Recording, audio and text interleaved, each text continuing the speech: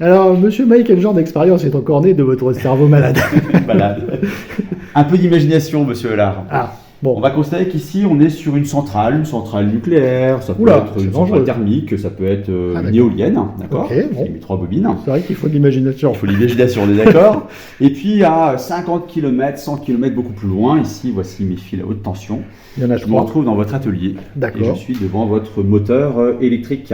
Ah, mon moteur d'atelier, c'est un D'atelier, moteur. Ça, c'est un c'est un moteur. moteur, d'accord. Ok. Centrale ici, moteur ici. Juste relié par 3 fils. Juste relié par 3 fils, les fameux 3 fils à haute tension. D'accord, ok. D'accord. Alors, qu'est-ce qui se passe? Pour créer évidemment un champ magnétique tournant, voilà, je vais ici le simuler avec un Voilà. aimant, je vais Ok. le faire tourner.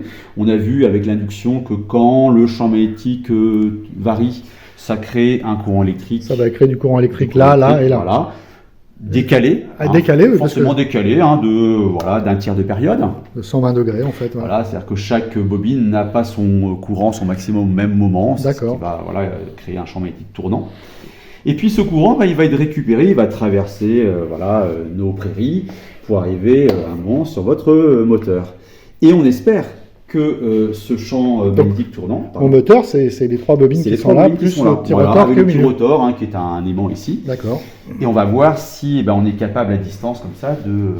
Ah bah, je crois savoir ce que ça va faire, Écoutez, j'imagine. voilà, donc on va faire tourner ici cet aimant, et regardez bien. Oh, mais nom de Dieu. Voilà. Ah, ça fonctionne. Alors, il Ça, faut c'est- bien comprendre que dans une centrale électrique, Oui. la vitesse de rotation, la fréquence de rotation est de 50 Hz.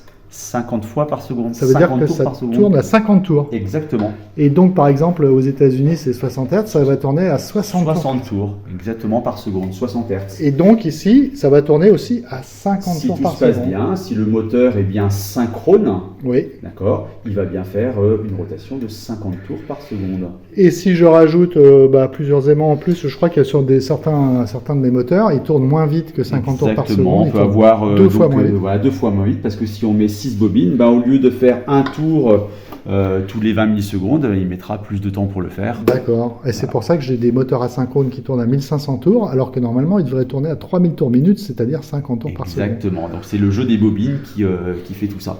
Ah bah, c'est génial. Voilà, on recommence.